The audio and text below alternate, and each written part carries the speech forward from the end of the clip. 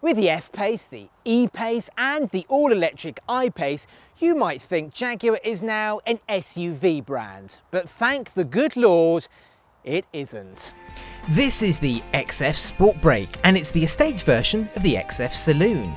It takes on the Audi A6 Avant, BMW 5 Series Touring, Mercedes-Benz E-Class Estate and the Volvo V90. But like the very best Jaguars, the XF Sportbrake has got looks on its side. I mean, look at this roofline. It's a bit like a coupe, isn't it? But happily, it doesn't impact on boot room at all, because when you lift up the tailgate, there is an absolutely enormous boot. Now, in terms of size, if you want numbers, we've got 565 litres on offer there. That's more than the Volvo V90, on par with the BMW 5 Series Touring, but quite some way off the Mercedes E-Class Estate. But having said that, there is a huge amount of space. And there's lots of lovely little touches as well. There's little runners along here to lash things down. We've got some nets here, we've got some hooks as well. There's a 12-volt socket as well. And if you want to fold the rear seats down, it's perfectly straightforward. Just tug on the levers.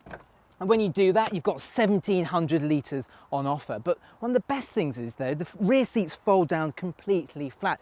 And the big benefit of that is when you've got lots of heavy luggage, you can just slide it all the way to the front of the boot. And the Carbuyer suitcases don't really do this boot much justice, really, because it is huge. Now, the only other thing to say about this boot is that you can specify the Sportbrake with Jaguar's activity key. Now, the big benefit of this, if you're at the beach, for instance, and you don't want to have the fear of losing your car keys, you can leave your car keys inside the boot and lock and unlock the car with this wristband. Let's go and have a look at the back seats. Right, let's fold these seats back up. And they are quite heavy, I have to say, but if you're burly enough and stronger than me, you'll be absolutely fine.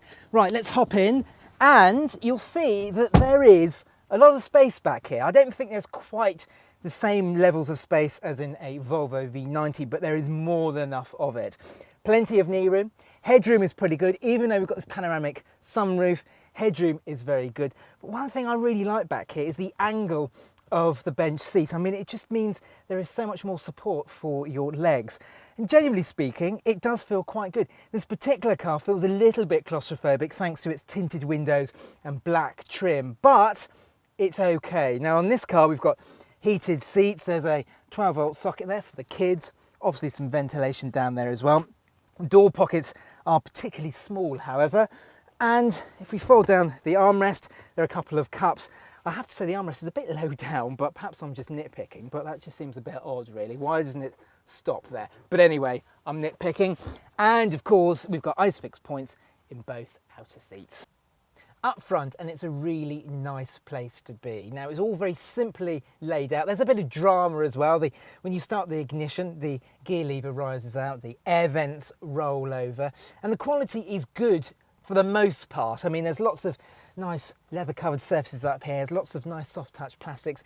Further down the dashboard, it is a bit cheap and nasty. I mean, this in a over £50,000 car, this particular car, that's a bit nasty.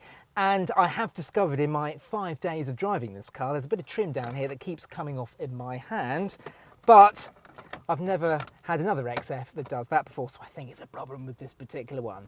Anyway, design-wise, well, it looks great, but some of you will think this looks a little bit dated. I think it's nice and simple. In isolation, it's absolutely fine, but if you do compare this to an E-Class Mercedes or a Volvo V90 or even the new Audi A6, the Jag does look a little bit old. Now, every single car gets a 10.1-inch touchscreen in the centre of the dash. It's very easy to use, very intuitive.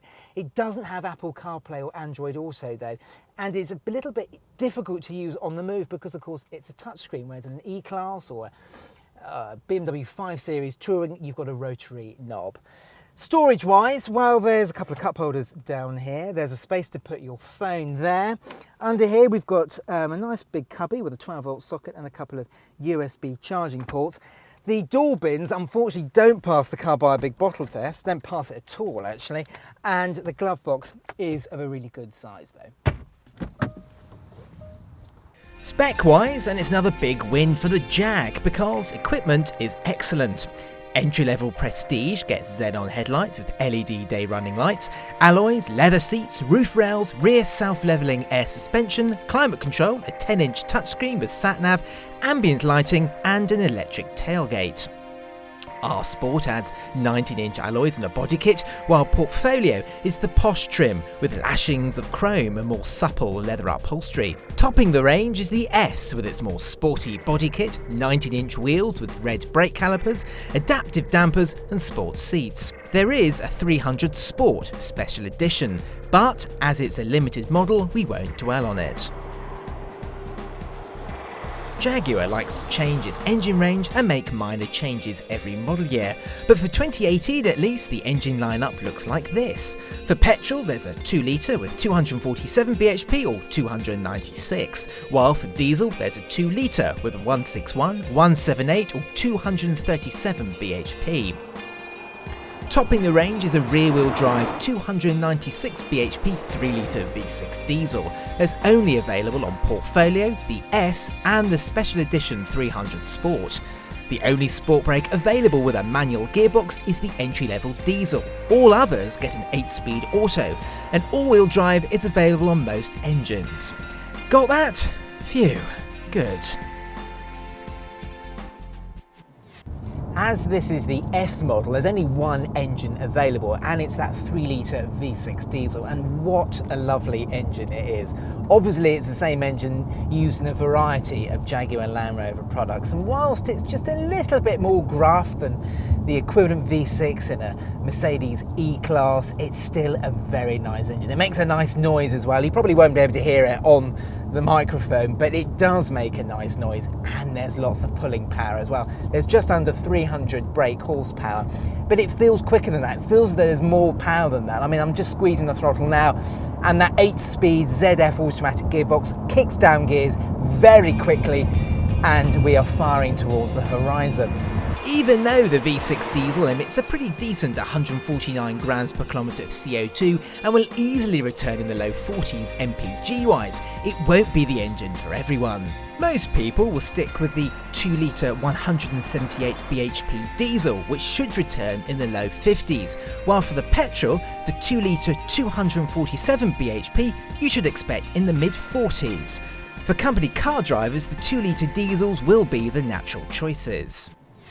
Now this 8-speed automatic gearbox, it depends upon which engine you've got it with. Now with this 3-litre V6 it's very good, but with the 2-litre diesel it seems to be just a little bit slow to react. It's fine in the most part, but in the smaller engines it's just a little bit slow to change down and to change up gears. The ride quality in the XF Sportbrake is very good. It's not quite as supple as a Volvo V90 and not quite as composed as a BMW 5 Series, but generally speaking, it's very good indeed. You don't really need to go for the adaptive dampers. Helpfully, they come as standard on the S model because of its larger wheels. You really do need those adaptive dampers to iron out the worst of the imperfections in the road. But like I say, for the most part, the ride quality in the XF is absolutely fine, so you do not need to spend extra on those adaptive dampers.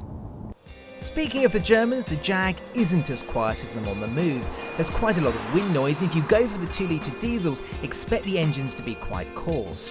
Overall, the XF Sportbrake is flawed. The interior is feeling its age, and the infotainment system is laughably old hat compared to an A6, a 5 Series, an E-Class or even the Volvo V90. But for some, the Jag's intoxicating cocktail of stunning looks, great handling and a large boot will be too hard to ignore. If you enjoyed this review, give it the thumbs up and press the Carbuyer logo to subscribe to our channel. Watch my video review of the Volvo V90 or the playlist for more estate car reviews. Thanks for watching.